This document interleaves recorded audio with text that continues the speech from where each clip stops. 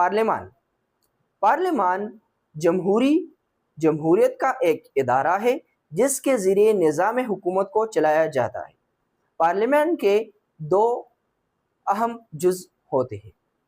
سب سے پہلے جز دا پریزیڈنٹ جو کہ ریاست کا سربراہ ہوتا ہے، اس کے بعد government and the legislature.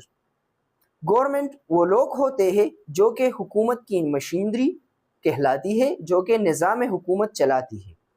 Parliament یا لیجسلیچر وہ ادارہ ہوتا ہے، وہ لوگ ہوتے ہیں جو کہ قانون سازی کا کام کرتے ہیں۔